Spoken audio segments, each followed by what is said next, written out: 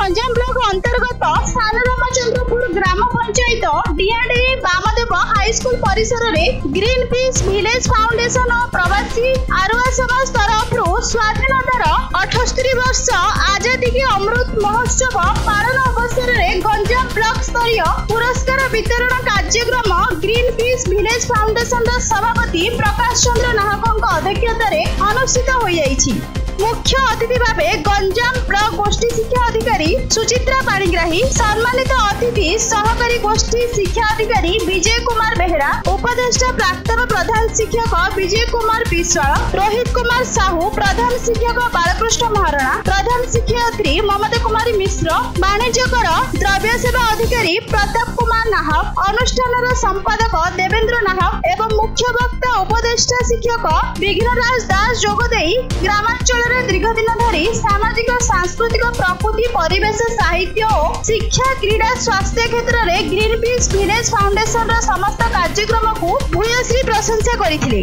Foundation प्रतिष्ठाता Prashant Kumar Das प्रत्यक्ष तत्वावधान में छात्र छात्री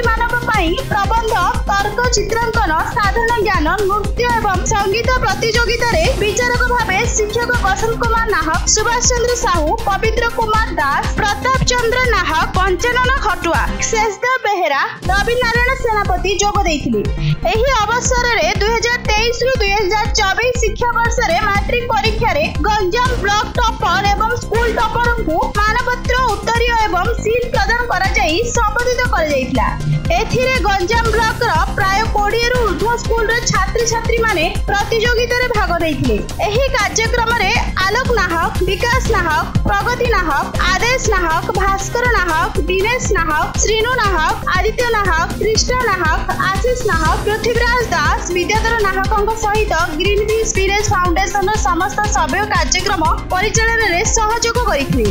एही कार्यक्रम समस्त सहयोगी को साउदी अरब पपी भाई धन्यवाद जणाइछथि। गंजाम रंभारू बनवासी सेठी रिपोर्ट न्यूज.in।